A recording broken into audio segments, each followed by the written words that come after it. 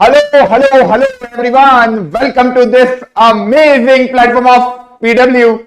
I am your mathematics mentor Sayam Badola and today नए chapter की शुरुआत है, नए जोश के साथ, नई एनर्जी के साथ। एक बार बताओ आवाज कैसी क्या आ रही है? क्या मैं आपको सुनाई दे रहा हूं और क्या मैं आपको दिखाई दे रहा हूं? भाई मैं एकदम बढ़िया हूं, रिकॉर्डेड नहीं है, लाइव है। हेलो उदय सिंह, बहुत तेजी से चैट चल रही है, मैं कुछ पढ़ नहीं पा रहा हूं, पर एक बार बोल दो ऑडियो एंड वीडियो ओपी, क्योंकि नई जगह से क्लास ले रहे हैं। तुम देखते हो रोज हेड माइक लगा होता है, आज कॉलर माइक लगा हुआ है। एक बार बता देना आवाज कैसी क्या आ रही है? एकदम ओपी सर। एक बच्चा कह रहा है सर साउंड में प्रॉब्लम आ रही है। कितने बच्चों को voice problem? No no no no. एक बार क्लियर है सर? सब कुछ क्लियर है? हाँ, तो ऐसा नहीं हो सकता कुछ बच्चों को क्लियर आ रही है, कुछ को अनक्लियर। कभी क्लियर आ रही है मतलब भाई तुम्हारे फोन में वॉल्यूम, इधर साइड में एक बटन होता है वॉल्यूम का, उसको दबा लो, आवाज बढ़ा लो। और जो बच्चे मुझे नहीं जानते उनके लिए नाम बच्चे कहते हैं भाई संयम सर के नाम से कहते हैं बच्चे, है ना। और कुछ प्यारे बच्चे ओपी लगा देते हैं। सर बहुत हो गई खुद की तारीफ, आज बताने क्या वाले हो? तो एक नया चैप्टर है ना, 10th क्लास की मैथमेटिक्स में पहली बार, मतलब अभी तक तुमने जितना भी पढ़ा है कभी ये चैप्टर तुमने नहीं देखा। पॉलिनोमियल तुम 9वीं में पढ़ के आए थे, लीनियर इक्वेशन इन 1 वेरिएबल तुमने पढ़ा था, 2 वेरिएबल वाला अपन ने 10वीं में सीखा, पर ऐसा कोई चैप्टर तुम 9वीं में नहीं पढ़ के आए थे ट्रिग्नोमेट्री के नाम से। तो आप लोगों की हैवी डिमांड पर शुरू करने जा रहा हूं ट्रिग्नोमेट्री। नई कॉपी, मतलब कॉपी पे नया पन्ना निकाल लो, हेडिंग डाल लो, बहुत मजा आएगा। बहुत ही सिंपल बना दूंगा इस चैप्टर को और सारी बातें समझ में आएगी, कभी तुम रेगुलर रहोगे। देखो पुरानी क्लासेस कभी मिस हुई है, और जो भी नए बच्चे हैं उनको मैं ये केवल एक एडवाइस देना चाह रहा हूं कि भाई अब से रेगुलर हो जाओ। ये बिल्कुल नया चैप्टर है, पुरानी कोई भी क्लासेस से इसका कोई रिश्ता नाता नहीं है। आज जो बताया जाएगा उसको लिखना, ध्यान से समझने की कोशिश करना। यहां से जितना मुझे ट्रिग्नोमेट्री आता है उससे ज्यादा कोशिश करूंगा डिलीवर करने की, ताकि हर एक बच्चे को इसका फील आ जाए। तो हेडिंग डालो भाई ट्रिग्नोमेट्री, हेडिंग डालो ट्रिग्नोमेट्री। सर पढ़ क्यों रहे हैं ट्रिग्नोमेट्री, क्या होता है ट्रिग्नोमेट्री, तो उसको समझते हैं, है ना। सबसे पहले तो यहां पे लिखा है कि यार ये ट्रिग्नोमेट्री जो है ना, ग्रीक भाषा के एक शब्द से मिलकर बना है, जहां पे देखो नाम से समझ में आ रहा है ट्रिगोन। ट्रिगोन मतलब 3 साइड और मेट्रॉन मतलब मेजरमेंट। 3 साइड के मेजरमेंट की जो ब्रांच है मैथमेटिक्स की, उसको बोलते हैं ट्रिग्नोमेट्री। मतलब अपन यहां पे ट्राइंगल्स की बातें करेंगे, और ट्राइंगल्स में भी कौन से ट्राइंगल की बात करेंगे? राइट एंगल ट्राइंगल की बातें करेंगे। साइड का मेजरमेंट निकालना सीखेंगे और बहुत सारी बातें सीखने वाले हैं, है ना। पर क्वालिटी चेंज करने का ऑप्शन नहीं है यार, अब यार ये वाला ऑप्शन नहीं है। रोज रहता है तो माइट भी, पता नहीं क्यों नहीं है ना। किस केस में बफरिंग हो रही है भाई? रिकॉर्डेड लेक्चर नहीं है, लाइव लेक्चर है ना। चलिए तो ट्रिग्नोमेट्री देखने वाले हैं। ट्रिग्नोमेट्री एक ब्रांच है मैथमेटिक्स की जो कि डील करती है ट्राइंगल के साथ, और उसमें भी कौन से ट्राइंगल के साथ डील करेंगे? जिसमें एक एंगल 90 डिग्री का होगा, राइट एंगल ट्राइंगल की बातें करने वाले हैं। तो अभी तक मैंने क्या बोला कि भैया ट्राइंगल के मेजरमेंट का जो चैप्टर है उसको ट्रिग्नोमेट्री कहते हैं, और वहां पे भी अपन राइट एंगल ट्राइंगल की बातें करने वाले हैं। Clear? Trigonometry specifically deals with the relationship between the side and angles of a triangle. Side और एंगल में एक रिश्ता दे देता है ट्रिग्नोमेट्री। अब सर इतनी बातें कर दी, बताओ तो कैसा दिखता है, क्या है और क्यों पढ़ा रहे हो? Why we are studying this chapter, क्यों ट्रिग्नोमेट्री पढ़ रहे हैं? तो इसको समझते हैं। तो देखो भाई, ट्रिग्नोमेट्री अपन इसलिए पढ़ रहे हैं कि कभी मेरे को इसकी हाइट निकालनी है कि यार ये ट्री की क्या हाइट है, और मैं खड़ा हूं यहां पर, तो with the help of trigonometry मैं निकाल सकता हूं। और ये एक चैप्टर है जिसका नाम है एप्लीकेशन ऑफ ट्रिग्नोमेट्री, जो कि मैं इसके बाद तुमको पढ़ाने वाला हूं।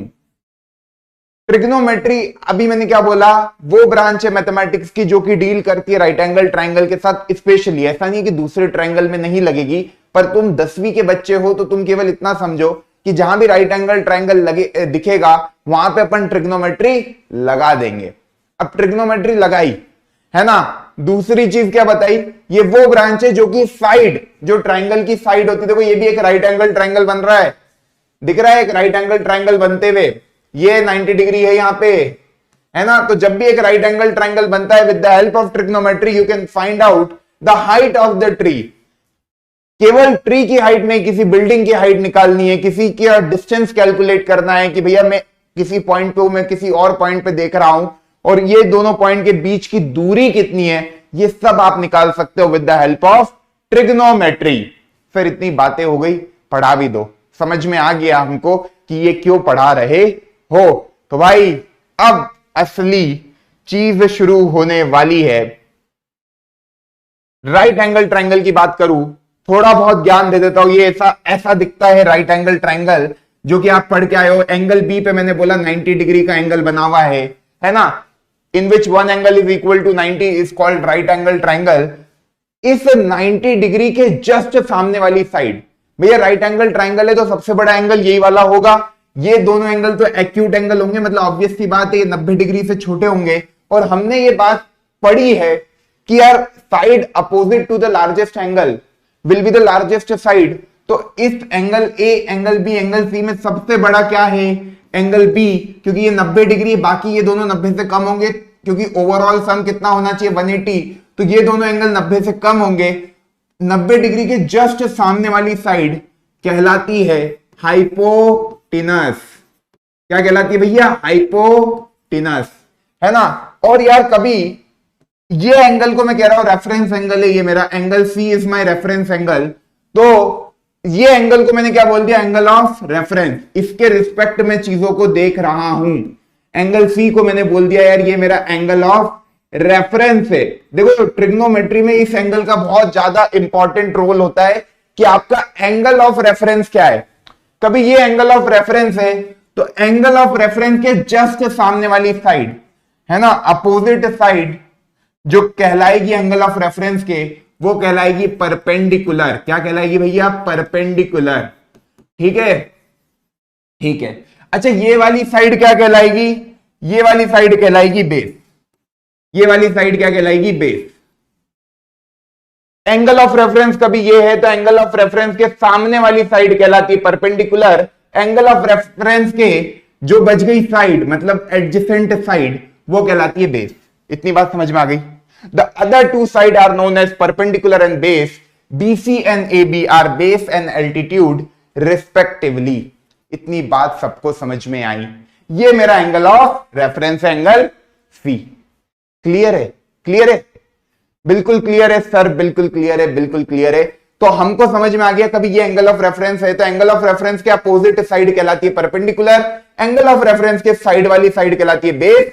90 डिग्री के सामने अपोजिट साइड 90 डिग्री के सामने वाली कहलाती है हाइपोटिनस। उतार लेना, ये बहुत बेसिक बातें हैं पर इसी पे पूरा आधारित है चैप्टर। क्लियर, हाँ सर उतार लिया, बिल्कुल आराम से उतार लो सर। यहां पे तो हम हमेशा इसको परपेंडिकुलर बोलते हैं, आपने एंगल ऑफ रेफरेंस क्यों बोला बताऊंगा, अभी लिखते चलो। जब मेरे को जिस चीज की जरूरत लगेगी ना तब बताऊंगा कि यहां पे ये क्यों लिखवाया। अभी मैंने क्या बोला, एंगल सी तुम्हारा क्या है, एंगल ऑफ रेफरेंस है, ये उतार लिया अपन ने।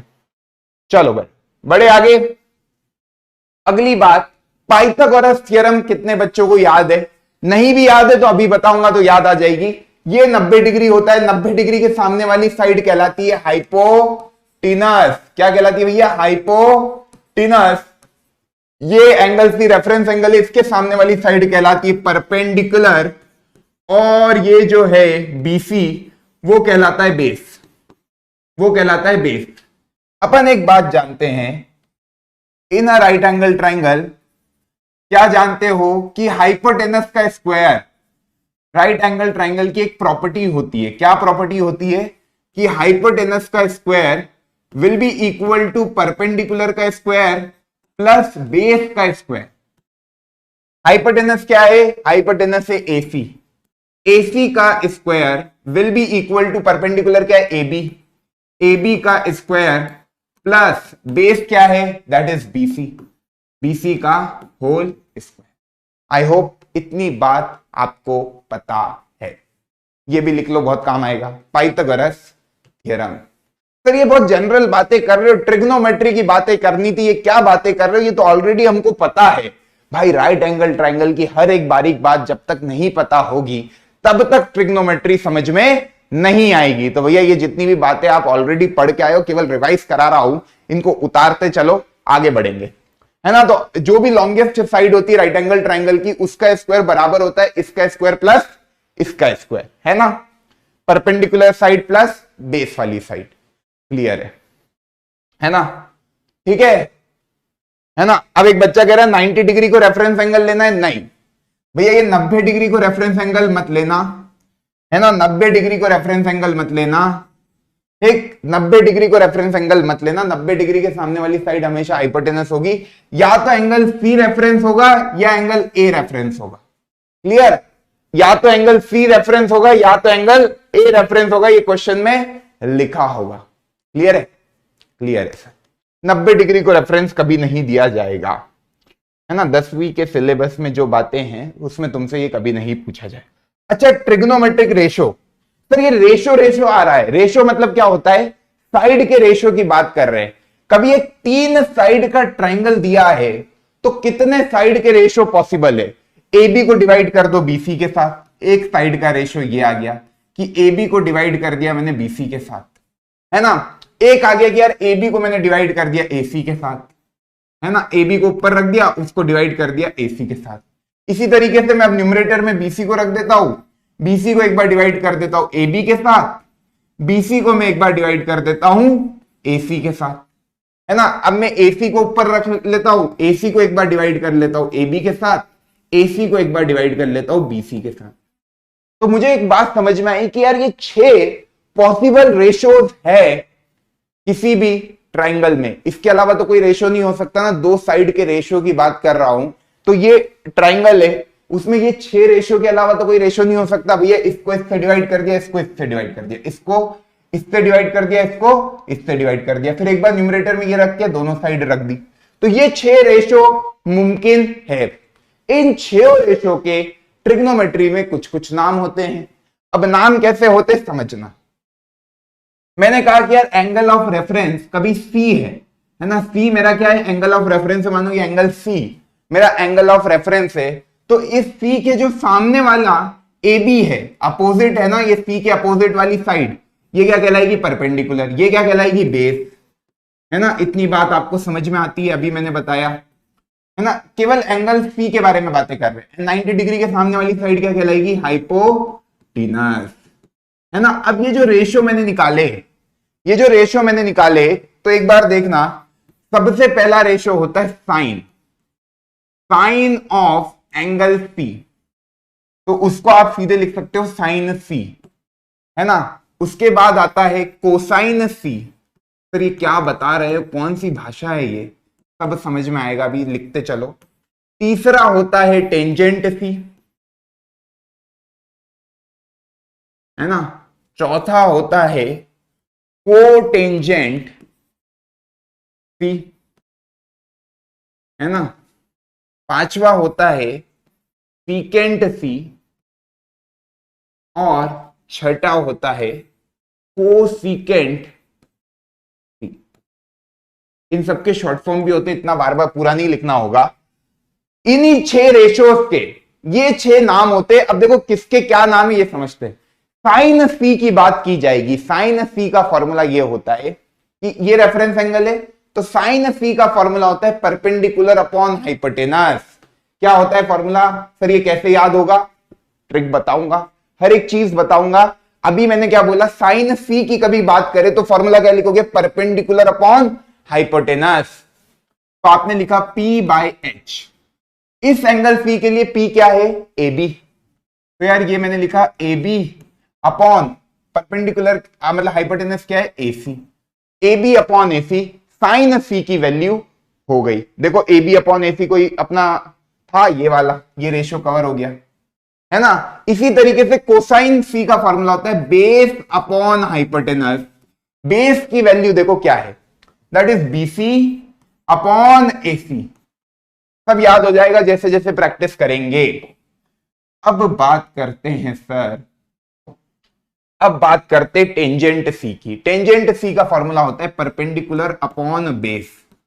परपेंडिकुलर की वैल्यू कितनी है ए बी, और बेस की वैल्यू कितनी है बी सी। ठीक है सर। कोटेंजेंट सी क्या है? Cotangent C, cotangent C is base upon perpendicular. Base क्या है? Base is your BC upon A B. बिल्कुल इसका उल्टा, ये ए बी अपॉन बीसी था, ये बीसी अपॉन ए बी हो गया। देखो अभी तक अपन ने कितने रेशियो कवर कर लिए? बीसी अपॉन एसी कहां लिखा है? ये वाला रेशियो भी कवर हो गया। ए बी अपॉन बीसी कहां लिखा है? ये भी कवर हो गया। बीसी अपॉन ए बी कहां लिखा है? ये भी कवर हो गया। अब ये दोनों में से एक सीकेंट है, एक कोसिकेंट है। तो सीकेंट का फॉर्मूला क्या होता है समझना।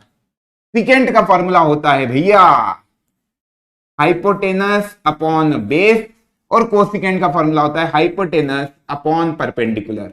हाइपोटेनस साइड क्या है? एसी। बेस क्या है? That is BC. इधर कोसिकेंट में हाइपोटेनस क्या है? That is AC. परपेंडिकुलर क्या है? That is AB.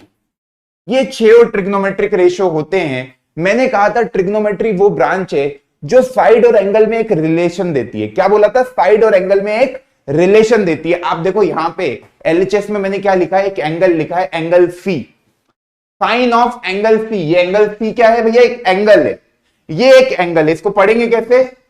इसको पढ़ेंगे sir sine of angle C, ऐसे इसको पढ़ेंगे। क्लियर?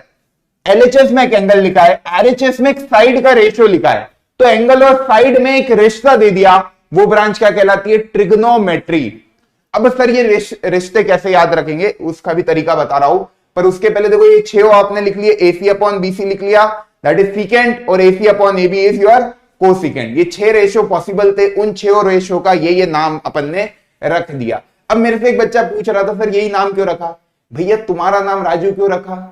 क्योंकि अच्छा लगा होगा तुम्हारे परिवार वालों को। वैसे मैथमेटिक्स वालों को ट्रिग्नोमेट्री अच्छा नाम, मतलब ये रेशियोज अच्छा नाम लगा, तो उन्होंने ये नाम रख दिया। क्लियर? तो इतना ज्यादा डिटेलिंग नहीं, सीधे अपन आते हैं मुद्दे पर। इस साइन सी को मैं ऐसा भी लिख सकता हूं शॉर्ट फॉर्म में, ये ई गायब करके। साइन ऑफ एंगल सी, इसको पढ़ेंगे कैसे वो भी समझ लो।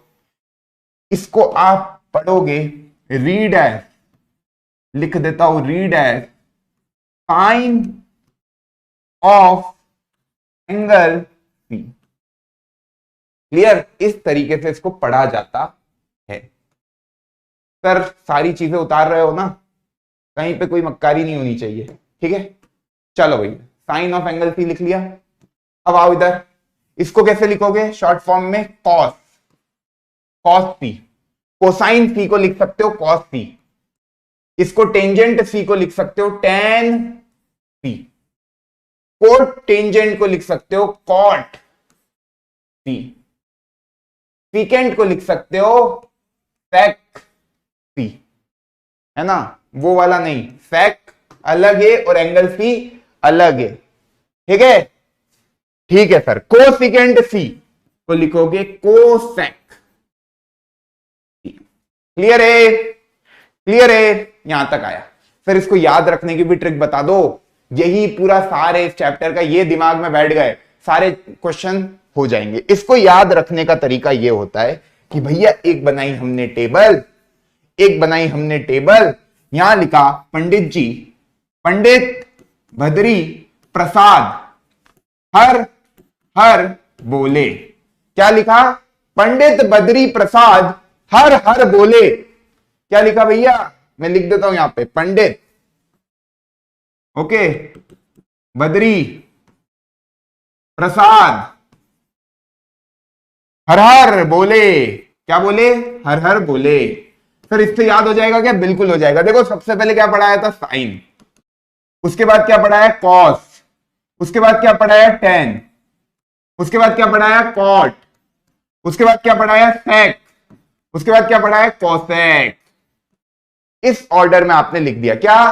Sine cos tan, sine cos tan. फिर लिखा टेन का उल्टा होता है कॉट, कॉस का उल्टा होता है सेक, साइन का उल्टा होता है कोसेक।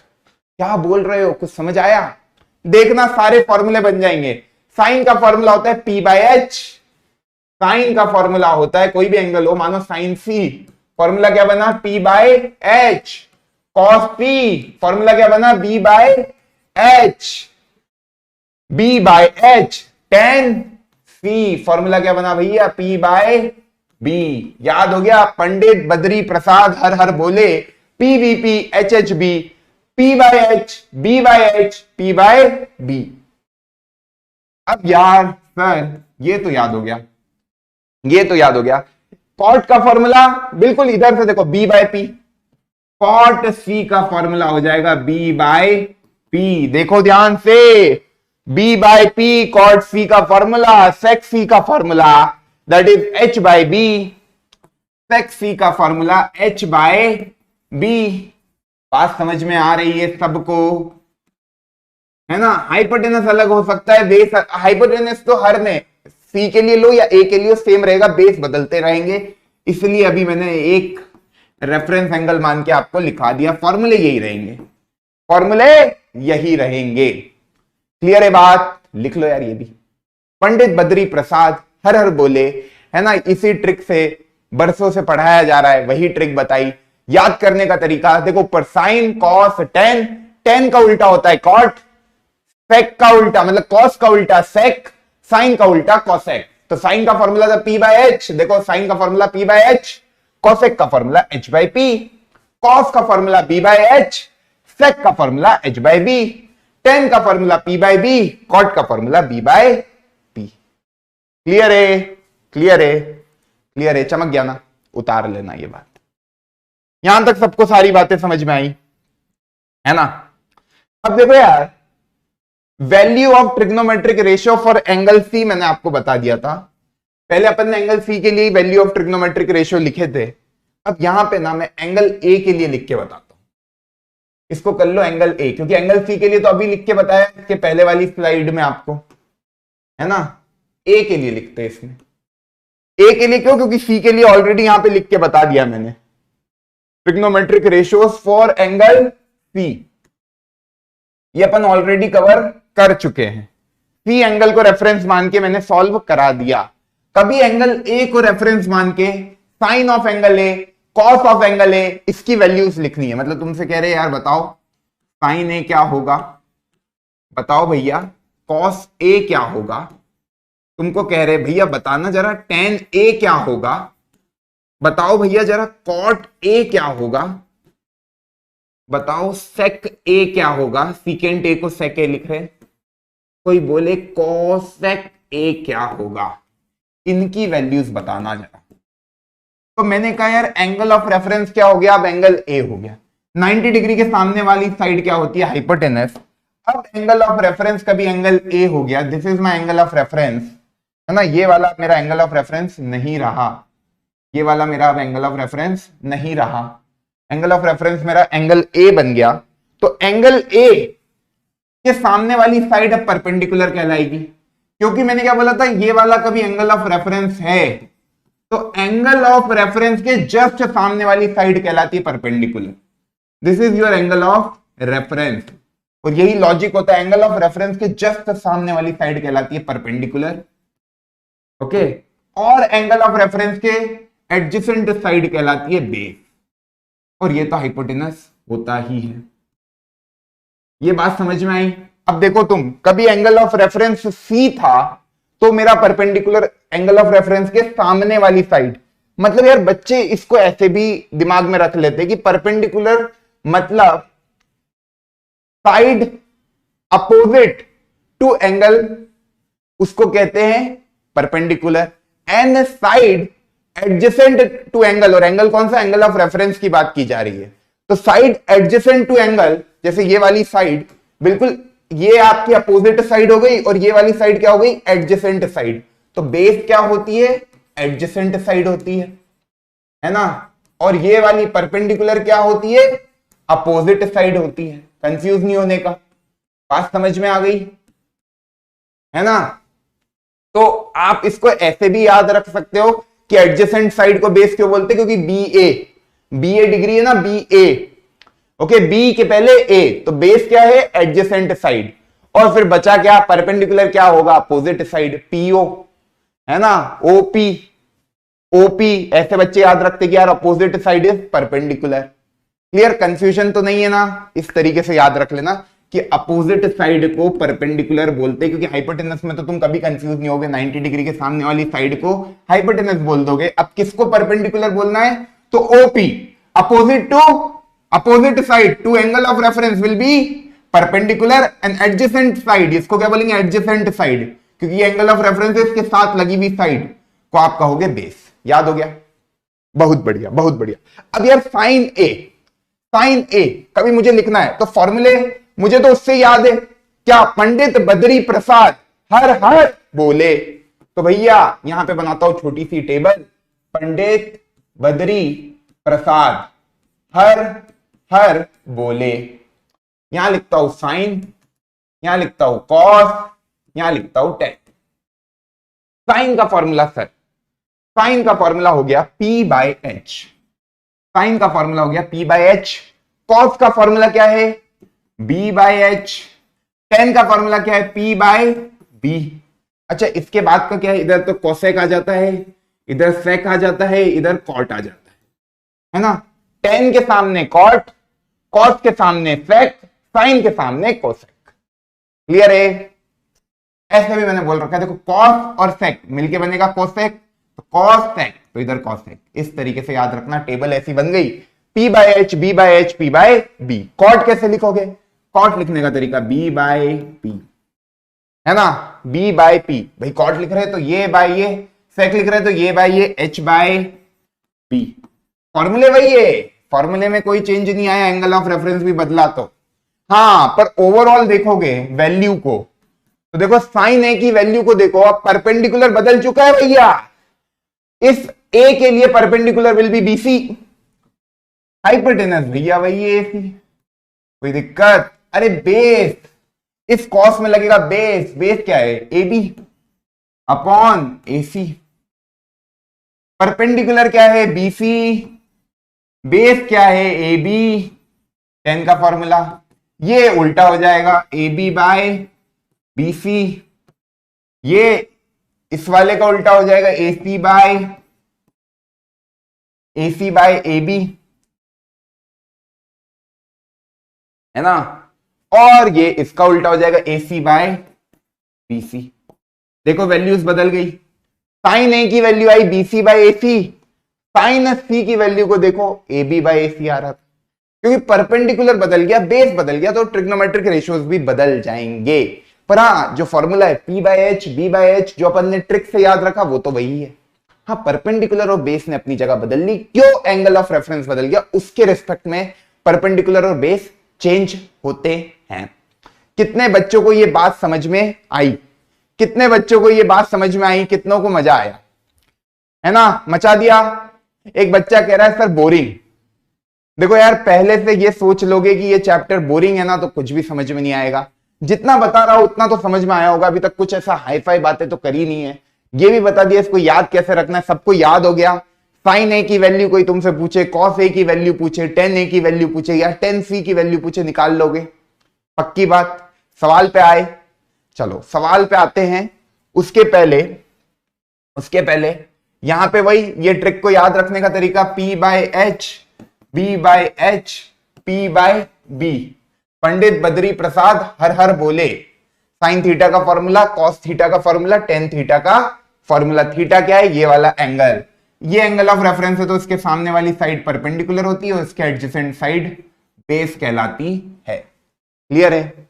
अच्छा, टेन का उल्टा होता है कॉट, ये आ जाएगा कॉट थीटा, कॉस का उल्टा होता है सेक थीटा, और साइन का उल्टा होता है कोसेक थीटा। तो इसी को रेसिप्रोकल आइडेंटिटी भी बोलते हैं कि भैया जो साइन सी होता है वो हो जाता है 1 अपॉन कोसेक सी। एंगल कोई सा भी हो, साइन ऑफ कोई एंगल, एंगल ए है तो वो हो जाएगा 1 अपॉन कोसेक ए। एंगल बदलने से ये रिलेशन में कोई परिवर्तन नहीं आता है भाई, है ना। कोई सा भी एंगल ऑफ रेफरेंस हो, ये फॉर्मूला ऐसे ही लगता है कि साइन का उल्टा, साइन जैसे साइन का फॉर्मूला क्या है, परपेंडिकुलर अपॉन हाइपोटेनस, तो 1 upon perpendicular upon hypotenuse 1 upon cosec C का फॉर्मूला निकल के आ जाएगा हाइपोटेनस अपॉन परपेंडिकुलर। उसी तरीके से ये दोनों एक दूसरे के क्या होते हैं, रेसिप्रोकल। क्लियर है? चलो सर, अच्छा ये पहला हो गया। दूसरा क्या बोला कि सर कॉस सी जो होता है वो 1 अपॉन सेक ऑफ सी होता है, एंड सेक ऑफ सी बोलू या कॉस ऑफ ए बोलू, वो होता है 1 अपॉन सेक ए। कॉस और सेक आपस में एक दूसरे के रेसिप्रोकल होते हैं। टेन का reciprocal tan C that is 1 upon cot C, या मैं बोलू tan A that is 1 upon cot A. Clear है? देख भी पा रहे हो तुम फॉर्मूले से, है ना? इसी को बोलते रेसिप्रोकल रिलेशन कि साइन का उल्टा कोसेक, कॉस का उल्टा सेक, टेन का उल्टा कॉट। याद हुआ? इसीलिए अपन ने इसमें इसको ऊपर देखो, ये वाली टेबल से आपको समझ में आ जाएगा रेसिप्रोकल रिलेशन। साइन का उल्टा कोसेक, साइन का फॉर्मूला होता है परपेंडिकुलर अपॉन हाइपोटेनस, कोसेक का फॉर्मूला होता है हाइपोटेनस अपॉन परपेंडिकुलर। मतलब रेसिप्रोकल करना होता है। साइन को रेसिप्रोकल करोगे तो कोसेक निकल के आ जाएगा। कॉस को रेसिप्रोकल करोगे, कॉस का फॉर्मूला क्या होता है, बेस अपॉन हाइपोटेनस। इसका रेसिप्रोकल क्या, मतलब न्यूमरेटर को डिनोमिनेटर से बदला, डिनोमिनेटर को न्यूमरेटर से बदला, तो फॉर्मूला क्या बनेगा, हाइपोटेनस अपॉन बेस। वो होता है सेक का फॉर्मूला। टेन का फॉर्मूला होता है परपेंडिकुलर अपॉन बेस। इसको घुमा दो तो क्या बनेगा, बेस अपॉन परपेंडिकुलर। ये किसका फॉर्मूला हो जाएगा, कॉट का। क्लियर है? चलो यहां तक सब बातें आ गई समझ में। इसी को बोलते हैं reciprocal relation. Angle of reference पे डिपेंड नहीं करता। यहां पे कोई तुमको कहे कि यार साइन ऑफ फलाना एंगल, साइन ऑफ फलाना एंगल ए सी नहीं, साइन ऑफ थीटा बोल दे, तो वो भी 1 अपॉन कोसेक थीटा होता है। और इसको मैं उधर पहुंचा दूं, कभी इसको मैं उधर पहुंचा दूं, तो ये भी समझ में आ रहा है कि साइन थीटा का जब मल्टीप्लीकेशन होगा कोसेक थीटा के साथ, तुम इसका डेरिवेशन भी देख सकते हो यार। साइन थीटा का जब मल्टीप्लीकेशन होगा कोसेक थीटा के साथ तो 1 ही आएगा, क्योंकि साइन थीटा का फॉर्मूला होता है p by H, cosec theta का फॉर्मूला होता है h बाय p। देखो p से p गया, h से h गया, 1 बराबर 1 आ गया। बात समझ में आ रही है? हर एक चीज, है ना? रेसिप्रोकल का मतलब एक बच्चा कह रहा है भैया न्यूमरेटर को डिनोमिनेटर से बदल देना, डिनोमिनेटर को न्यूमरेटर से। कोई तुमसे कहे 3/2 का रेसिप्रोकल क्या होगा, तो वो होता है 2/3। कोई तुमसे पूछे 2 का रेसिप्रोकल क्या होगा, तो भैया जब बटे में कुछ नहीं है मतलब 1 है, इसका रेसिप्रोकल हो जाएगा 1/2। क्लियर है? कि कैसा डाउट पूछा तुम लोगों ने? अनमोल ने पूछा था कि रेसिप्रोकल का मतलब क्या होता है। क्लियर है भाई अनमोल? अनमोल तुम बड़े अनमोल रत्न हो यार, ये बात पूछ रहे हो। ये होता है रेसिप्रोकल, इसका रेसिप्रोकल ये। तो वैसे ही साइन का रेसिप्रोकल कोसेक, कॉस का रेसिप्रोकल सेक, और टेन का रेसिप्रोकल कॉट। क्लियर है? अच्छा, एक होता है सर कोशेंट रिलेशन। क्या होता है? Quotient relation. कोशेंट रिलेशन ये कहता है कि कोई तुमसे कहे साइन ऑफ, जैसे देखो यार तुम जानते हो साइन सी का फॉर्मूला, साइन सी का फॉर्मूला क्या होगा, परपेंडिकुलर अपॉन हाइपोटेनस। इस सी के लिए ये परपेंडिकुलर है, ये बेस है ना, और ये हाइपोटेनस है। मैं परपेंडिकुलर को पी से लिख रहा हूं, तो पी बाय एच। अच्छा, कॉस सी का फॉर्मूला क्या होता है, that is B by H. कभी मैं इसको और इसको डिवाइड कर दूं, इसको और इसको डिवाइड कर दूं, ध्यान से देखना, है ना। ये मेरी पहली इक्वेशन है, ये मेरी दूसरी इक्वेशन। कभी मैंने डिवाइड किया तो एलएचएस क्या बनेगी, साइन सी को मैंने डिवाइड कर दिया कॉस सी से, है ना, तो ये बना पी बाय एच को मैंने डिवाइड कर दिया बी बाय एच से, तो ये एच और एच गया, ये बना पी बाय बी। क्लियर है? जिनको ये काटना नहीं समझ में आया, देखो p बाय एच को जब तुम डिवाइड करोगे b बाय एच से, तो आपको पता है ये डिवाइड का साइन मल्टीप्लाई का होता है, और ये h बाय b की तरह लिखा जाता है, ये h से h चला जाता है, तो p बाय b इस तरीके से आ जाता है। Sine c upon cos c, p by b आया।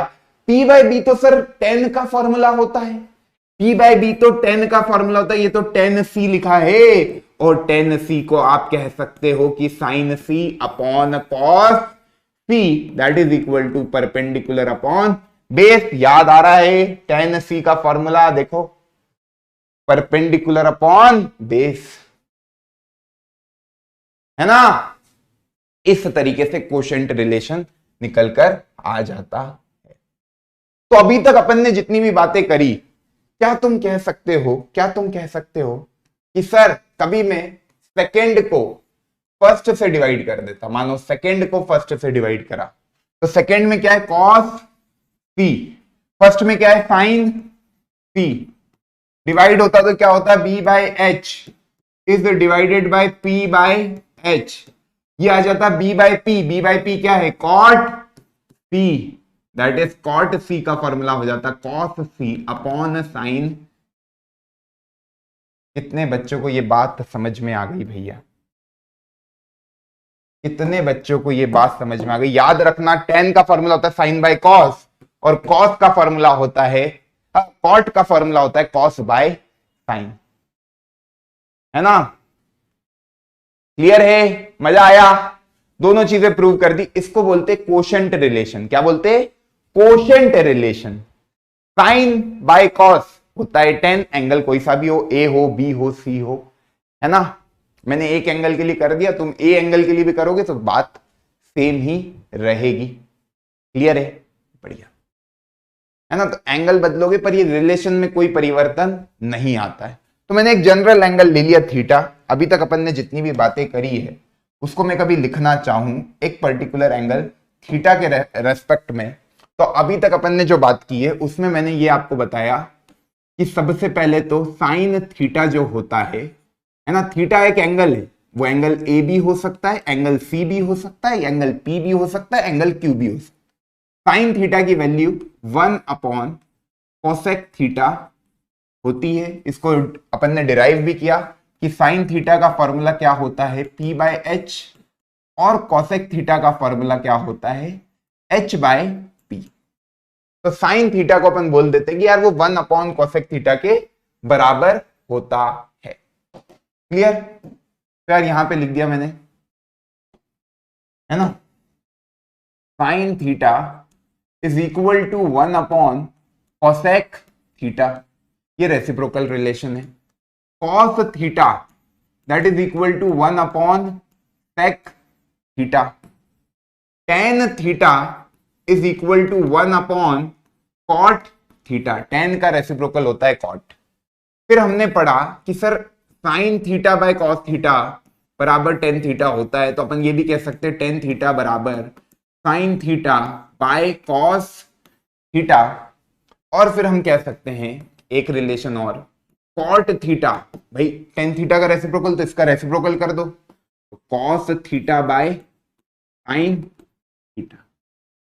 ये 5 रिलेशन हमने पढ़े और हमने ये बात भी समझ ली कि साइन थीटा का फॉर्मूला होता है P by H, cos theta का फॉर्मूला होता है B by H, tan theta का फॉर्मूला होता है परपेंडिकुलर अपॉन बेस, और साइन का उल्टा that is cosec theta H by P, sec theta that is H by B, and cot theta that is B by C.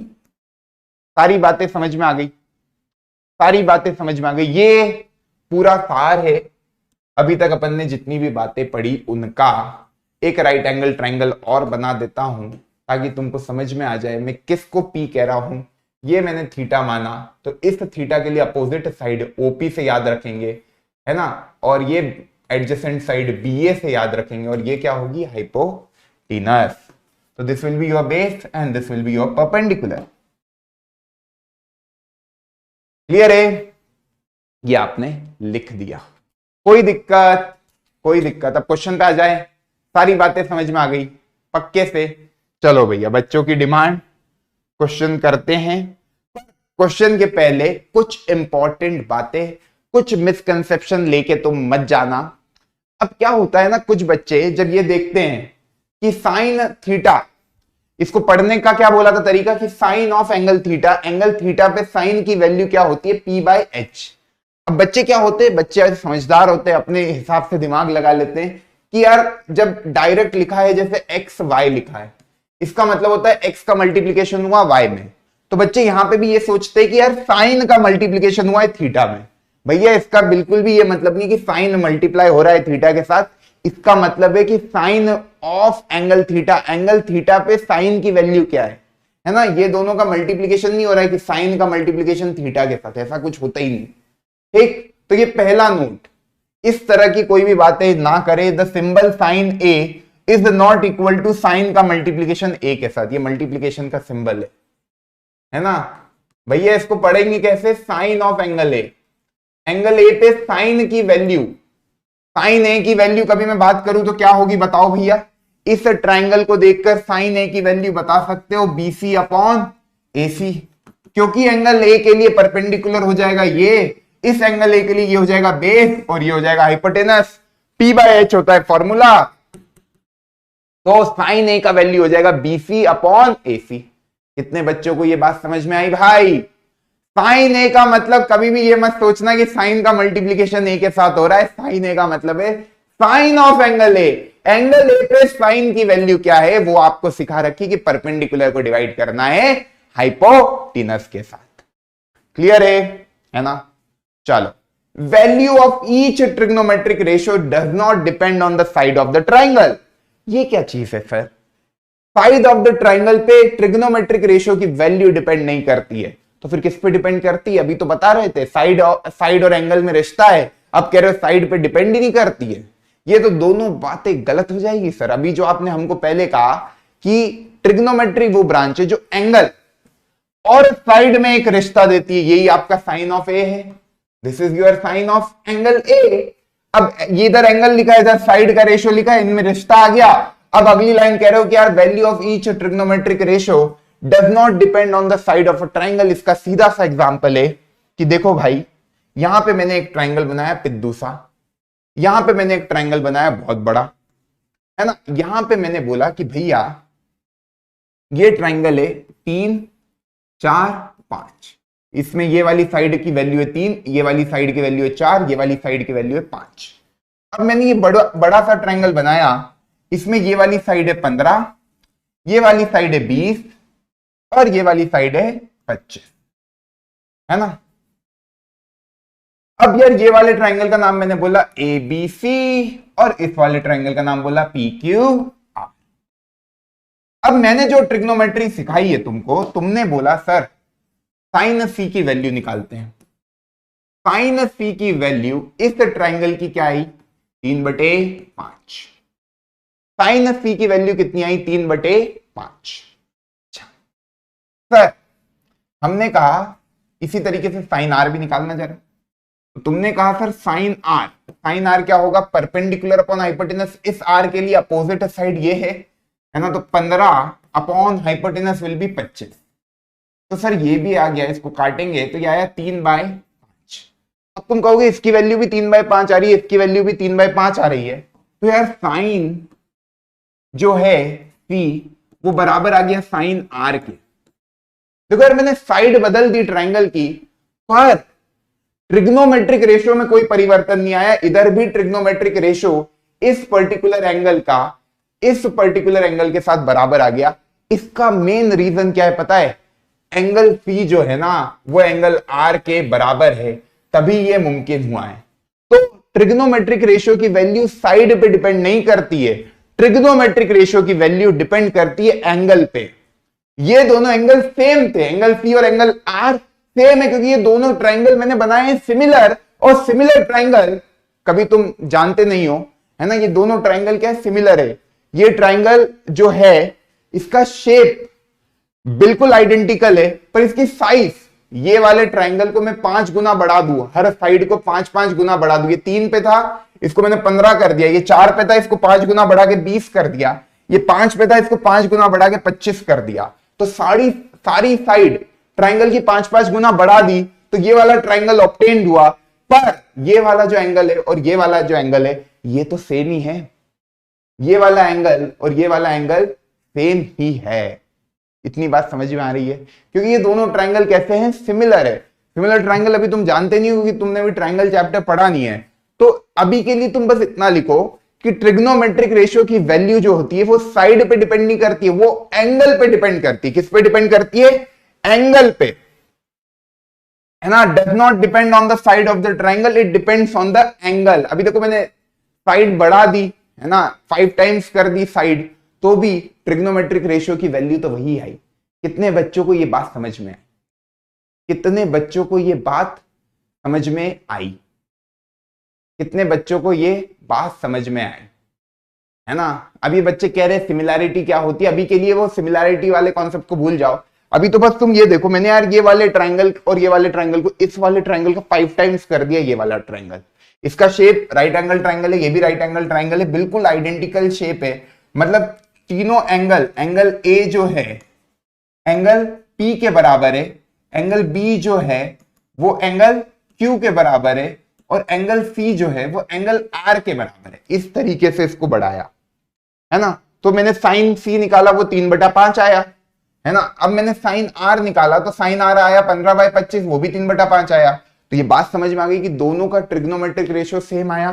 Side को change करा पर ट्रिग्नोमेट्रिक रेशियो की वैल्यू में कोई परिवर्तन नहीं आया। मतलब अपन ने यहां पे एक बात लिखी कि ट्रिग्नोमेट्रिक रेशियो डिपेंड साइड पे नहीं करते, वो एंगल पे डिपेंड करते हैं। कभी ये एंगल सी और एंगल आर अलग अलग होते तो ट्रिग्नोमेट्रिक रेशियो की वैल्यू अलग अलग हो जाती, पर यहां पे एंगल सी और एंगल आर क्या है? बराबर है, इसलिए ट्रिग्नोमेट्रिक रेशियो क्या आया? सेम आया। समझ में आ गया, है ना, समझ में आया। बच्चे कह रहे सर ट्रिग्नोमेट्री और ट्राइंगल में कौन सा हार्ड है? भाई पीडब्ल्यू के प्लेटफॉर्म पे कोई भी चीज तुम्हें हार्ड नहीं लगेगी, तब तक पढ़ाई जाएगी जब तक समझ में नहीं आएगी, है ना। मैंने एक दिन कहा था कि भाई परिश्रम परिश्रम, इतना परिश्रम कि तुम चाहकर भी गलत ना कर पाओ। तो ये वही बात है, इतने अच्छे से समझाया जाएगा कि तुमको कहीं पे भी कोई कंफ्यूजन होगा, कहीं पे तुम कोई, ये सब पॉइंट पता है क्या है? ये सब पॉइंट बच्चों के डाउट आते हैं, वो सारे पॉइंट मैंने लिख दिए कि भैया वैल्यू ऑफ ट्रिग्नोमेट्रिक रेशियो क्यों डिपेंड नहीं करती साइड ऑफ ट्राइंगल पे। तो रीजन समझ में आया। मैंने देखो यहाँ पे एग्जाम्पल दिया, साइड ऑफ ट्राइंगल को बदल दिया, पर ट्रिग्नोमेट्रिक रेशियो की वैल्यू वहां भी 3/5 थी, यहां भी 3/5 निकल के आई। तो ट्रिग्नोमेट्रिक रेशियो की वैल्यू साइड पे डिपेंड नहीं करती, वो किस पे डिपेंड करती है? एंगल पे। आई बात समझ में? दूसरा पॉइंट सबको क्लियर? अच्छा, आइसोसेलेस राइट एंगल ट्राइंगल हुआ, आइसोसेलेस राइट एंगल ट्राइंगल हुआ तो आपके जो दोनों एंगल ऑफ रेफरेंस है, एंगल ए और एंगल सी, मतलब देखो यार मैं कभी बात करूं यार ये मेरा ट्राइंगल एबीसी एक आइसोसेलेस राइट एंगल ट्राइंगल है, इसका मतलब क्या हो गया यार? ये AB BC के बराबर हो गया, ये AB BC के बराबर हो गया। मैंने अभी कहा था ट्रिग्नोमेट्रिक रेशियो की वैल्यू डिपेंड करती है एंगल पे, कभी AB BC के बराबर हो गया तो आप कहोगे यार एंगल A जो होगा वो एंगल C के बराबर होगा, ये वाला जो एंगल है वो इस वाले एंगल के बराबर होगा, और कभी ये दोनों एंगल बराबर है तो सारे ट्रिग्नोमेट्रिक रेशियो, क्योंकि एंगल बराबर है तो ट्रिग्नोमेट्रिक रेशियो की वैल्यू भी सेम आती है, क्योंकि अभी बताया वो एंगल पे डिपेंड करता है। तो the trigonometric ratio obtained by taking either A और C gives you the same value. मतलब तुम यहां कह सकते हो कि साइन A बराबर होगा साइन C के। तुम रख के देखो साइन A का फॉर्मूला क्या बनेगा? देखो साइन A का फॉर्मूला बनेगा BC upon AC, BC upon AC। अच्छा, साइन C का फॉर्मूला क्या बनेगा? AB upon AC, perpendicular upon hypotenuse. तो C के लिए परपेंडिकुलर ये होगा, हाइपोटेनस ये होगा। अब तुम कह रहे हो सर ये और ये बराबर है, क्यों? क्योंकि देखो दोनों का डिनोमिनेटर तो AC है और दोनों के जो न्यूमरेटर में लिखा है AB, इसके न्यूमरेटर में लिखा है BC, ये तो आइसोसेलेस ट्राइंगल में बराबर ही होते हैं। तो ये वाला रेशियो और ये वाला रेशियो बराबर है ना। तो मैंने यही कहा जब एंगल सेम है तो ट्रिग्नोमेट्रिक रेशियो की वैल्यू भी सेम आएगी। क्लियर है? पक्की बात? ये वाला पॉइंट भी क्लियर हुआ। चलो अगला पॉइंट देखते हैं। Since hypotenuse is the longest side of a triangle, the value of sin A और cos A, देखो यार ये हाइपोटेनस हमेशा लॉन्गेस्ट साइड होगी ट्राइंगल की, तो साइन और कॉस का जो फॉर्मूला होता है वो क्या होता है? परपेंडिकुलर अपॉन हाइपोटेनस और बेस अपॉन हाइपोटेनस।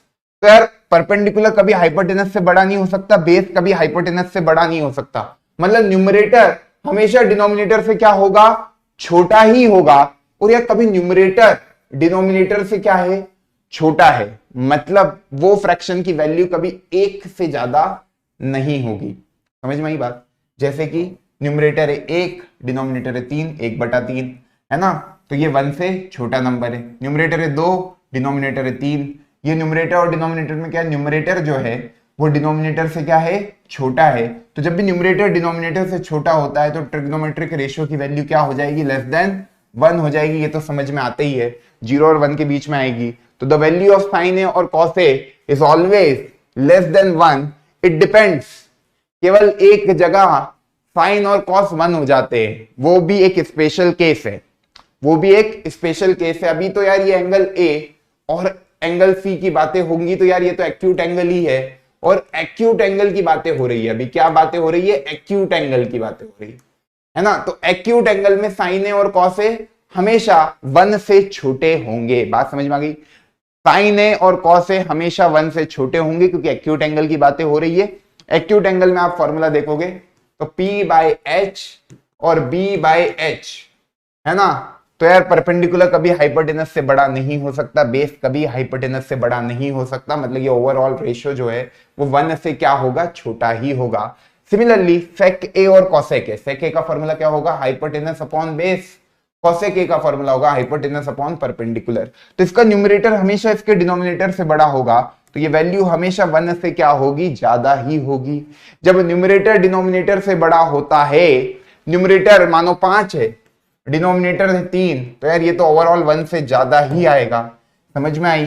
तो इसलिए यहां पे लिखा है द वैल्यू ऑफ सेक ए और cosec A is always greater than और इक्वल टू 1। देखो इक्वल क्यों लगाया, यहां पे भी इक्वल आएगा, वो होगा 0 डिग्री और 90 डिग्री के केस में। अब तुम कहोगे यार वो रेफरेंस एंगल कब 0 होगा कब 90, वो अगली क्लास में देखेंगे, है ना। ये इक्वल टू भी होता है, यहां पे भी लेस देन और इक्वल टू 1 होता है, पर वो जो इक्वल टू 1 है ना वो स्पेशल केस है, वहां पे वो एक्यूट एंगल की बातें नहीं की जा रही है। समझ में आई बात।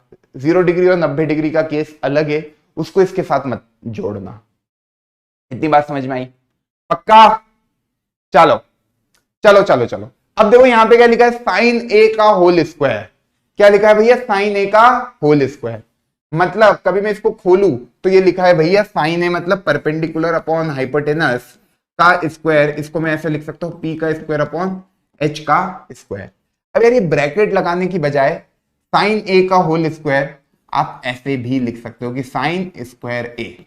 इसका मतलब यही होता है कि आपने क्या किया, साइन ए को 2 बार मल्टीप्लाई किया है ना। पर इसको कभी भी ऐसे मत लिखना कि साइन ए का स्क्वायर मत करना, एंगल का स्क्वायर मत करना, साइन का स्क्वायर ए करना है ना। मतलब साइन ए का होल स्क्वायर है, मतलब इस पूरी वैल्यू का स्क्वायर करना है। P square upon H square is your sine square A which is sine A into sine A. इसी को आप लिख सकते हो साइन ए का होल स्क्वायर। ये वाला तरीके से कभी नहीं लिखेंगे, है ना।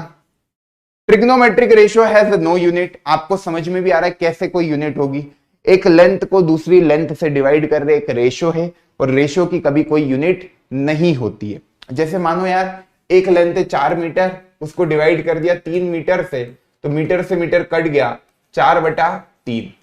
तो कभी भी रेशियो की कोई यूनिट नहीं होती, ये बात दिमाग में रख लेना। अब तुम कहोगे मीटर से मीटर काट दिया, अरे रेशियो है ना भाई, है ना। एक लेंथ का दूसरी लेंथ के साथ रेशियो निकाला जा रहा है, तो उसकी कोई यूनिट नहीं होगी। क्लियर। चलो यहां तक बातें आ गई। अब कुछ सवाल करते हैं, बवाल करते हैं, जल्दी से आओ। एक पहला पप्पू सवाल, सब लोग अपनी नोटबुक निकाले, सॉल्व करने की कोशिश करें। पहला सवाल, अभी तक सब समझ में आया, अभी तक सब समझ में आया, कोई कंफ्यूजन कोई डाउट किसी भी पॉइंट में तो आप पूछो, जब तक ये वाला सब प्लीज पॉइंट 3 को रिपीट कर दो। ओके, पॉइंट 3 को रिपीट करने का बच्चे कह रहे, बाकी लोग ये वाला क्वेश्चन को अटेम्प्ट करें। कॉस ए की वैल्यू 1/4 दे रखी है, आपसे साइन ए और टेन ए पूछा है। मैं इसमें और बता दूं, आपको सेक ए भी बताना है, आपको कोसेक ए भी बताना है, आपको कॉट ए भी बताना है। मतलब एक ट्रिग्नोमेट्रिक रेशियो कभी आपके पास है तो आप बाकी के पांचों, एक दे रखा है तो बाकी के पांचों निकाल सकते हो with the help of this only. कैसे निकालेंगे समझाता हूं, है ना। देखो भाई, थर्ड पॉइंट बच्चों को नहीं आया समझ में, तो यहां पे देख लो, ये पहला पॉइंट था, ये दूसरा था, ये तीसरा था। तीसरा पॉइंट ये कह रहा है कि यार कोई आइसोसेलेस ट्राइंगल है, समझना इस वाले पॉइंट को, इसको थोड़ा डिटेल में एक्सप्लेन कर देता हूं, है ना।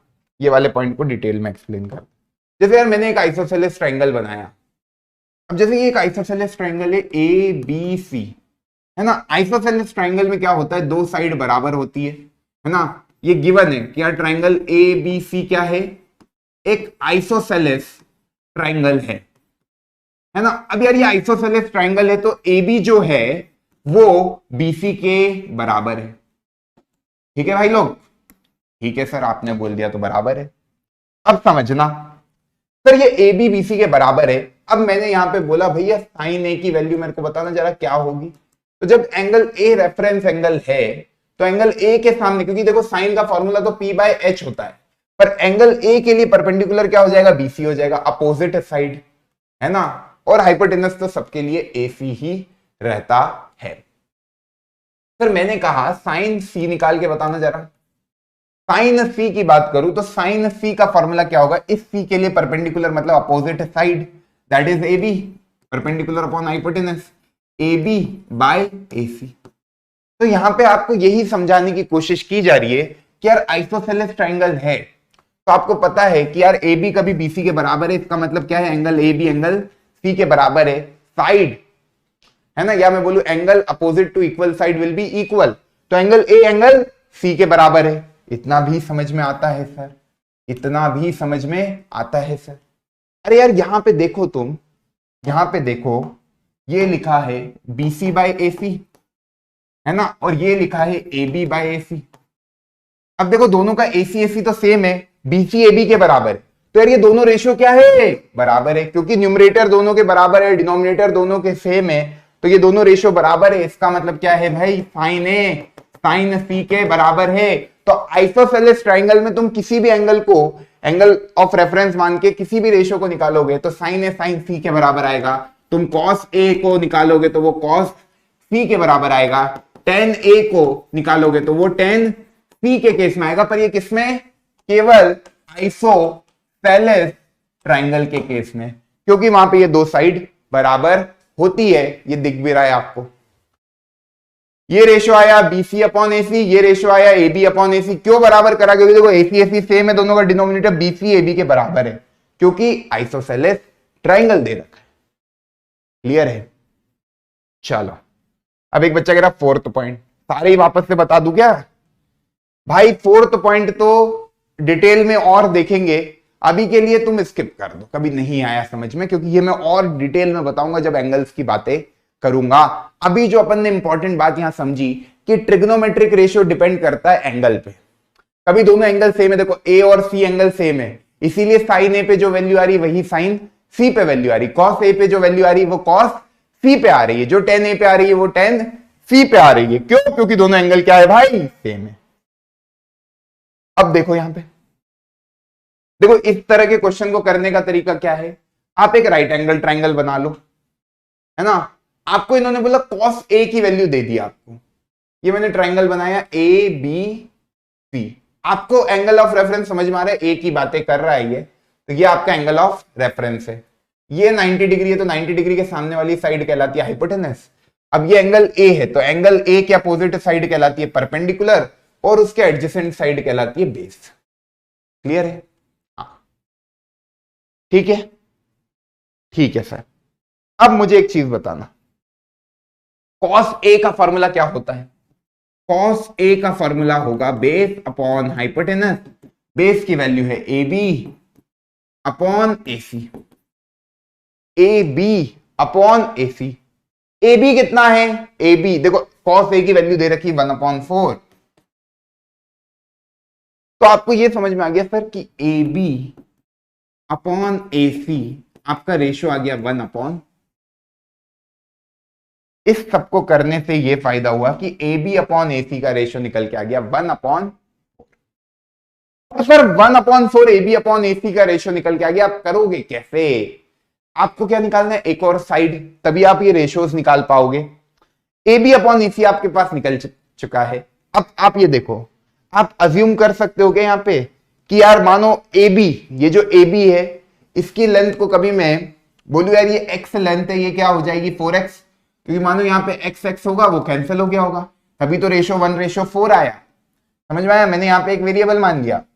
तो मैंने बोला यहाँ पे अगली स्टेप में कि let A B will be my x and AC will be my 4x। अभी तो AB अपॉन AC 1/4 आया।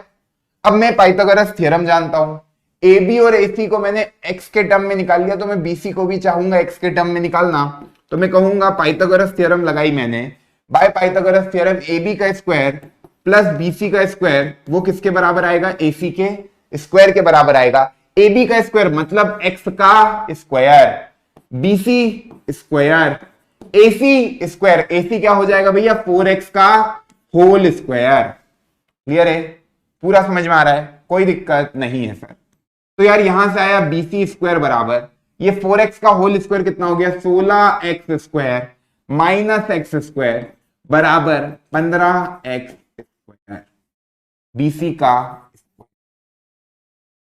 ये तो BC स्क्वायर की वैल्यू आई, तो BC की वैल्यू कितनी होगी x के टर्म में, है ना। BC की वैल्यू x के टर्म में कितनी होगी, यहां तक सबको समझ में आया। बस वैल्यूज को पुट कर दिया कि सर आप AB और AC को इस तरीके से मान सकते हो कि AB अपॉन AC 1/4 दे रखा है, तो अपन ने मान लिया AB x है, AC 4x से कुछ भी हो सकता है, x की वैल्यू तो कुछ भी हो सकती है ना। तो अपन ने इस तरीके से किया, BC स्क्वायर आ गया आपका 15x स्क्वायर। तो यहां से अपना आया BC, प्लस माइनस आएगा पर साइड कभी नेगेटिव में नहीं हो सकती, तो मैंने लिखा BC will be equal to √15 x square root के बाहर आ जाएगा, that will give you x। तो BC की वैल्यू आ गई √15x। अब मुझे एक चीज बताओ, ये वाली साइड आपकी AB आपने क्या मान ली x, है ना। ये वाली साइड आपकी जो BC है वो निकल के आ गई √15x और ये वाली साइड आपकी है 4x। अब देखो क्या क्या निकालना है, सारे रेशो निकाल लोगे अब आप, क्योंकि आपके पास सब चीजें आ गई x के टर्म में। साइन A निकालना है सर, साइन A का फॉर्मूला होता है परपेंडिकुलर अपॉन हाइपोटेनस। इस A के लिए perpendicular will be BC, hypotenuse will B AC। BC की वैल्यू कितनी है सर √15x अपॉन 4x। मेरे ख्याल से सबका साइन A का वैल्यू आया होगा √15/4। कुछ बच्चे कह रहे सर एंड कर दो, तो भाई एक मतलब देखो यार, हफ्ते में अपन अल्टरनेट दिन मिलते हैं और उसमें भी कभी मैं तुम्हारे 15 मिनट एक्स्ट्रा ले लेता हूं, तो इतने नाराज क्यों हो जाते हो भाई, दिल से बुरा लगता है। 2-3 सवाल करा दूंगा ताकि तुम लोग जब एनसीईआरटी को करने बैठो तो तुमसे क्वेश्चन तो बने कि मास्टर कुछ पढ़ा के गया है ना। अब जैसे ये सवाल दिया, इतनी थ्योरी कराई, कंसेप्ट थ्योरी का ही था पर नहीं सोच पाए तुम लोग, है ना। तो प्लीज आपसे कुछ देर की विनती है ना। तो इस तरीके से साइन ए निकल के आया √15/4। अच्छा उसके बाद क्या tan A निकालना था। tan A का फॉर्मूला क्या होता है, that is perpendicular upon base. Perpendicular क्या है सर BC, बेस क्या है AB, AB की वैल्यू है x और BC की वैल्यू, इधर x को इधर कर देंगे, BC की वैल्यू को देखो, BC आपका है √15x, x से x गया, ओके ये था। तो ये आ गया आपका √15 tan A का वैल्यू, tan A आपका आ गया √15/1। अब देखो यार tan A आ गया sin A आ गया, तो cosec A तो इसका उल्टा होता है, cosec A तो sin A का उल्टा होता है, तो सीधे डिनोमिनेटर को न्यूमरेटर से बदल दोगे 4/√15 आ जाएगा। अच्छा sec A तो ओरली निकाल लेते हैं, cos का रेसिप्रोकल 1/4 तो ये आ जाएगा 4/1, सीधे लिख सकता हूं 4, है ना। और क्या निकालना है सर cot A, अरे cot A तो tan का रेसिप्रोकल होता है, ये √15/1 आ रहा है tan A, है ना, √15/1 हो जाएगा, तो ये आ जाएगा 1/√15। मेरे ख्याल से सारे आंसर आ गए सबके। √15/4 मीट रमपारिया जी ने निकाला, मतलब सब निकल के आ गया। एक बच्चा कह रहा नेट खत्म हो गया गुरुजी, ओ भाई तो यार लेफ्ट कर देना, बाद में रिकॉर्डिंग देख लेना, ठीक है। एक आखिरी में बहुत हैवी शायरी सुनाऊंगा, मजा आ जाएगा तुमको, मजा आ जाएगा भाई। क्लियर है, सारी वैल्यूज निकल के आ गई सबकी। cosec A सबका 4/√15 निकला, sec A सबका 4 निकला। देख लो कहीं पे कोई गलती तो नहीं की मैंने, सबके यही आंसर निकल के आ रहे हैं, तो भाई सबने मचा दिया। सबने क्या कर दिया, मचा दिया। बताना जरा, हाँ ना बोल दो भाई। भाई दिल से बुरा लगता है जब तुम रिस्पॉन्ड नहीं करते हो। निकला, समझ गया। तो ये जनरल तरीका होता है। एक मिनटोस तरीका बताओ, ये एक्स को नहीं भी मानते, सीधे बोल देते 2 मिनट रुकना, सीधे बोल देते एक मिनटोस तरीका है, पर एग्जाम में इसी तरीके से करना है। पर कभी ऑब्जेक्टिव पैटर्न में क्वेश्चन आया, रेशो में एक्स का कोई परिवर्तन आया नहीं, आखिरी में तो एक्स कटना ही था, तो कभी तुम डायरेक्ट ये मान लेते कि मैंने लेंथ एबी की मान ली 1, बीसी मतलब एसी की लेंथ मान ली 4, सीधे एक्स को मानेगी नहीं, एबी लेंथ 1 एसी लेंथ 4, क्योंकि जो कॉस का फॉर्मूला बना वो एबी बाय एसी बना, कॉस का फॉर्मूला बना एबी बाय एसी, तो 1/4। सीधे आप ऐसे एक्स को नहीं भी मानते, कैलकुलेशन इतना टफ नहीं बनता, आंसर यही निकल कर आते।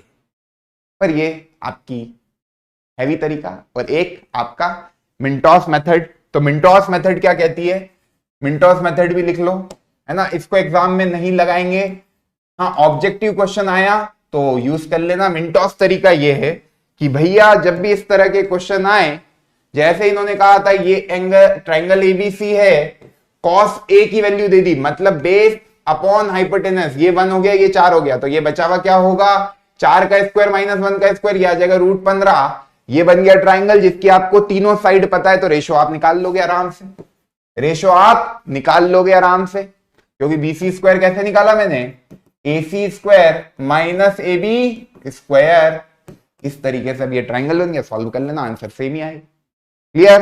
पर ये तरीके से अपने को नहीं करना, अपने को एक्स वाले तरीके से करना, क्योंकि 1 और 4 ही थोड़ी होगा, कुछ भी हो सकता है AB का लेंथ, तो है ना, एक्स की अलग अलग वैल्यू 1 भी हो सकता है, इसकी वैल्यू 2 होगी तो इसकी वैल्यू 8 हो जाएगी, इसकी वैल्यू 3 होगी तो इसकी वैल्यू 12 हो जाएगी, 4 गुना हो सकता है, उसके अकॉर्डिंग BC बदलेगा। तो so many triangle can be possible, है ना, पर वो एंगल सेम होगा, उन सब का एंगल सेम होगा, तभी रेशियो 1/4 आ रहा है। कंसेप्ट चमकाना वो इंपॉर्टेंट है।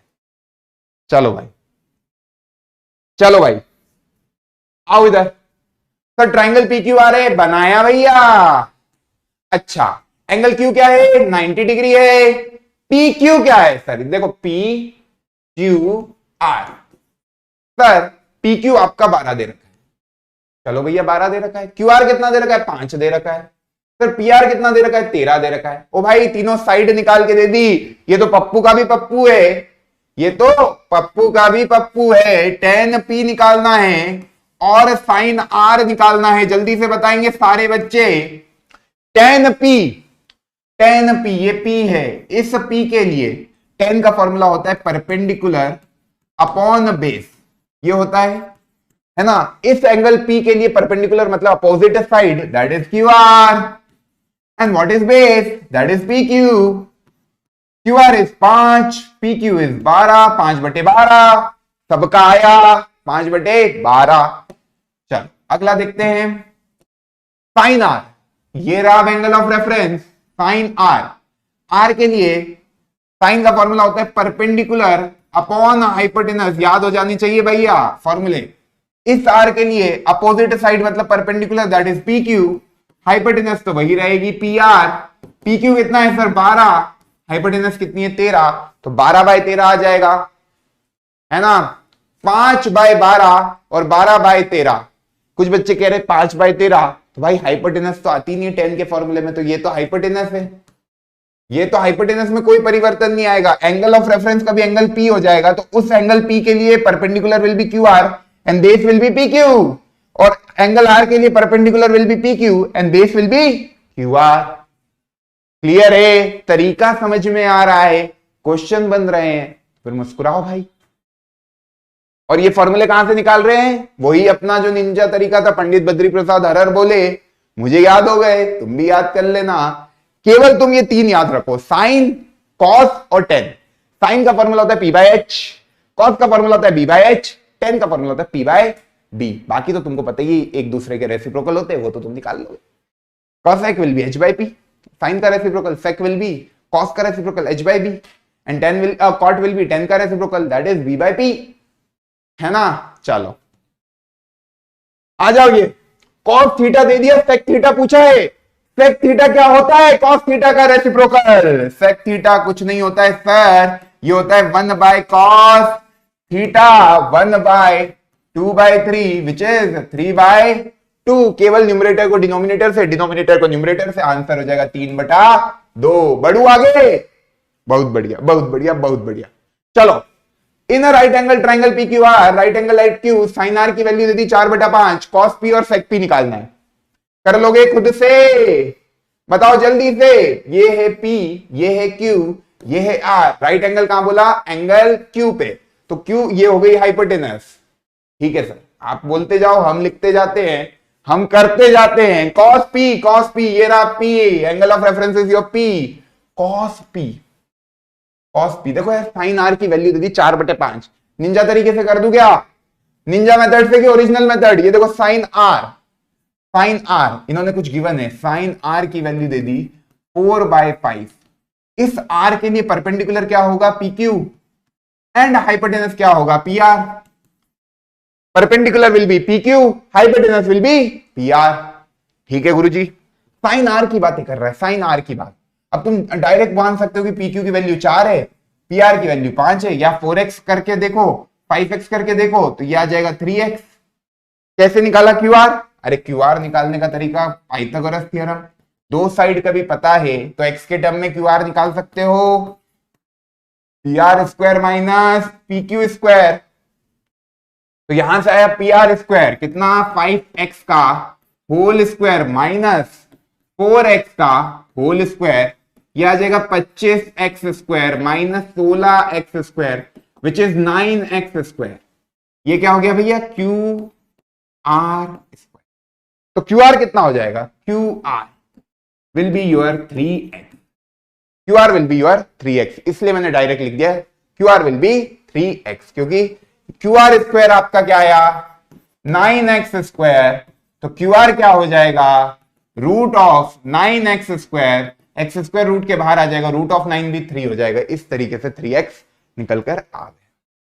अब तीनों साइड x के टर्म में निकल के आ गई है ना। अब ये तीनों साइड x के टर्म में निकल के आ गई। cos p का फॉर्मूला देखूं तो cos p के लिए बेस अपॉन हाइपोटेनस, बेस क्या होगा? p एंगल के लिए base will be P Q and hypotenuse will be P are.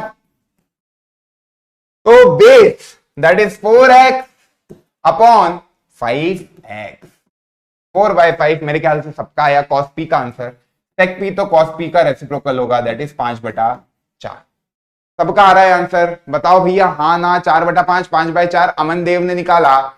सबको समझ में आया? सबको समझ में आया? ये जो मैंने टेक्निक लगाई ये समझ में आई, एक्स वाली टेक्निक समझ में आई? अरे यार, जो भी एंगल दिया जाएगा, कोई भी एक रेशो दिया जाएगा ना, तो वो जो भी रेशो होगा साइन आर, उसको ध्यान से देखने का। एंगल आर के लिए परपेंडिकुलर अपॉन हाइपोटेनस फॉर्मूला लगेगा, पर परपेंडिकुलर क्या हो जाएगा? पी क्यू, हाइपोटेनस क्या हो जाएगा? P R. अब इसकी value P Q upon P R की वैल्यू दे दी 4/5, तो आप पी क्यू को अज्यूम कर सकते हो 4x और पी आर को अज्यूम कर सकते हो 5x। टेक्निक समझ में आ गई? निंजा तरीके से 4 और 5 लेके करोगे तो भी काम बन जाएगा, ये 3 आएगा, रेशियो तो सेम ही आने थे। चलो, है ना? चलो भाई, है ना? अब बाकी और भी क्वेश्चन है, एक ट्रू फॉल्स और करा देता हूं क्योंकि समय हो गया है हमारा खत्म, बाकी क्वेश्चन फिर कभी करेंगे। ये ट्रू फॉल्स जल्दी से बताएंगे सारे बच्चे ये ट्रू फॉल्स बताएंगे। मैं पोल दे रहा हूं इसके लिए, है ना? डीएचए करना, डीएचए सॉल्व करना, ट्रू फॉल्स बताने, state whether the following are true और फॉल्स, जस्टिफाई योर आंसर। मैं और क्वेश्चन कराऊंगा अगली क्लास में क्योंकि आप लोग कह रहे हो सर क्लास एंड कर दो, तो ये ट्रू फॉल्स दे रहा हूं और आप लोगों से एक पोल और उसके बाद एक अलविदा कहेंगे एक शायरी के साथ। ठीक है, चलो भाई। कंफ्यूजिंग, किसको कंफ्यूजन हुआ? आखिरी में स्पीड में क्या मेंटर्स मेथड से, चलो वो वाला मिंटोस से भी करके बता दूंगा, वही आंसर आएंगे। पोल दे रहा हूं भाई, पोल दे रहा हूं, खुल जा सिम पोल।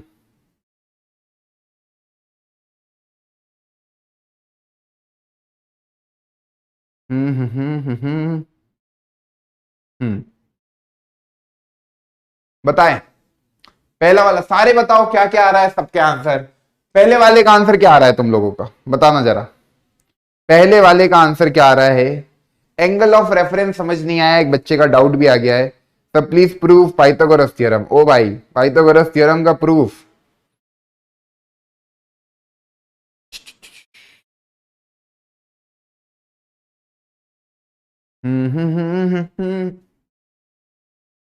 अरे यार, इसमें वो ट्रू फॉल्स वाला तो पोल ही नहीं है, कैसे पूछा जाए? ट्रू फॉल्स वाला तो पोल ही नहीं है भाई इसमें। तुम लोग बताओ क्या आंसर आ रहा है? नो पोल, क्योंकि पोल का ऑप्शन ही नहीं ट्रू फॉल्स वाला। बताओ पहले का आंसर क्या आ रहा है? पहले का answer, the value of 10a is always less than 1। 10a की वैल्यू हमेशा 1 से छोटी होगी क्या? या तो 10a का फॉर्मूला देखा मैंने, 10a परपेंडिकुलर अपॉन बेस होता है। अब देखो यार, 10a परपेंडिकुलर और बेस में तो कुछ भी, कोई भी बड़ा हो सकता है किसी भी राइट एंगल ट्रायंगल में। देखो ऐसा ट्रायंगल बना दिया मानो, है ना, ये मानो ये मेरा एंगल ए है, ठीक, ये एंगल बी है और ये एंगल सी है फॉर एग्जांपल। और एक बार मैंने ऐसा ट्रायंगल बना लिया, है ना, एक बार मैंने ऐसा ट्रायंगल बना लिया। कोई सा भी ट्रायंगल बना सकता हूं ना मैं, तो ए बी सी मैंने एक बार ऐसा बना लिया। तो देखो यार, इस वाले ट्रायंगल को कभी देखूं तो एंगल ए के लिए परपेंडिकुलर ये हो जाएगा, ये बेस हो जाएगा। एंगल ए के लिए ये परपेंडिकुलर हो जाएगा, ये बेस हो जाएगा। इस केस में दिख रहा है कि बेस बड़ा है परपेंडिकुलर से, इस केस में दिख रहा है परपेंडिकुलर बड़ा है बेस से। तो कोई भी बड़ा हो सकता है। हाइपोटेनस तो हमेशा सबसे बड़ी होती है, पर परपेंडिकुलर और बेस में तो कोई भी बड़ा हो सकता है। अब इन दोनों में से जब डिसाइड ही नहीं कर पा रहे हो कि कौन बड़ा है, तो भाई ये तो 1 से बड़ा भी आ सकता है। जब परपेंडिकुलर बेस से बड़ा होगा तो इसकी वैल्यू 1 से ज्यादा होगी, जब परपेंडिकुलर बेस से छोटा होगा तो इसकी वैल्यू रेशो की 1 से छोटी होगी। कितने बच्चों को ये बात समझ में आई? तो पहला तो फॉल्स है, ये तो सबने निकाला होगा। दूसरे की बात करूं तो सेक ए की वैल्यू क्या 12/5 हो सकती है? सेक ए क्या 12/5 हो सकता है? तो सेक ए होता है हाइपोटेनस अपॉन बेस। अब देखो यार, हाइपोटेनस अपॉन बेस, आपने बोला 12/5, मतलब हाइपोटेनस की वैल्यू 12 और बेस की वैल्यू 5 एक्स के फॉर्म में भी, तो ये 12 5 से ज्यादा है, मतलब देखो हाइपोटेनस बेस से ज्यादा है, तो किसी पर्टिकुलर ए पर सेक ए 12/5 हो सकता है ना। तो ये आपका ट्रू हो गया, है ना। कभी ऐसा 5/12 लिखा होता सेक ए, तो यार 5/12 तो नहीं, क्योंकि हाइपोटेनस छोटा और बेस बड़ा, रेशो देखो सेक ए मैंने क्या बोला, तो ऑलवेज ग्रेटर देन 1, तो 12/5 ग्रेटर देन 1 है, तो फिजिबल है किसी पर्टिकुलर एंगल पे सेक ए की वैल्यू 12/5 आ सकती है। cos a is the abbreviation used for cosecant of angle ए। यार cos a का एब्रीवेशन क्या बताया था? कोसाइन ऑफ एंगल, ना कि कोसिकेंट। कोसिकेंट तो cosec a का होता है, कोसाइन ऑफ एंगल ए का एब्रीवेशन होता है cos a। ये कोसिकेंट ऑफ एंगल है तो कोसेक ए का होता है, तो यार ये भी फॉल्स है ना। अच्छा, cot A is the product of cot and A, ये तो बिल्कुल ही फॉल्स बात है। कॉट का प्रोडक्ट थोड़ी है ए के साथ, कॉट ऑफ एंगल ए बोलते हैं कि भैया एंगल ए पे कॉट की वैल्यू क्या है ना। Sine theta 4/3 for some angle, क्या साइन थीटा 4/3 हो सकता है? अब तुम बताओ आखिरी वाला, क्या साइन थीटा 4/3 हो सकता है?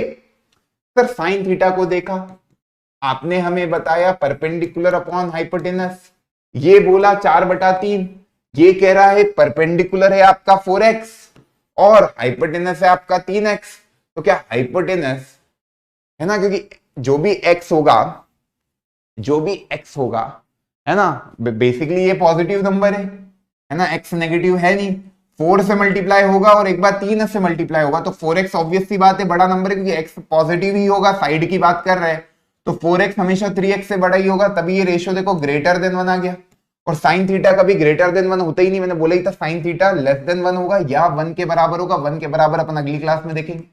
तो ये भी फॉल्स है। तो भाई केवल एक ट्रू था, दैट इज सेकंड वाला, केवल एक ट्रू था दैट इज सेकंड वाला, बाकी सब फॉल्स थे, है ना। अब किन बच्चों को किसमें डाउट एक बार बता दो, क्योंकि तुम्हारा कभी दिमाग में डाउट रह गया तो मुझे फिर बुरा लगेगा, और मैं कुछ क्वेश्चन होमवर्क देना चाहता हूं तुमको, कुछ क्वेश्चन होमवर्क देना चाहता हूं, जैसे ये क्वेश्चन तुम्हारे लिए है होमवर्क, सोचना।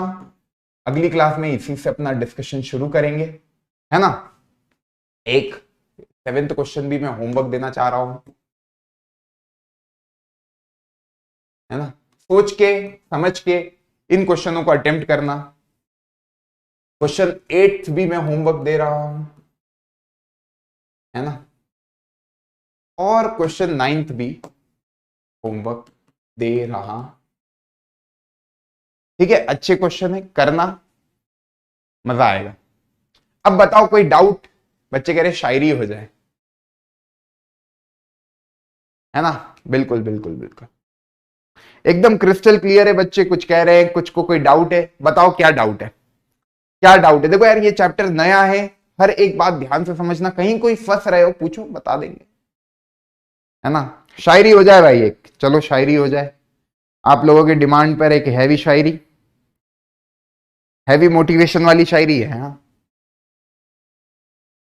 चलो ध्यान से सुनना।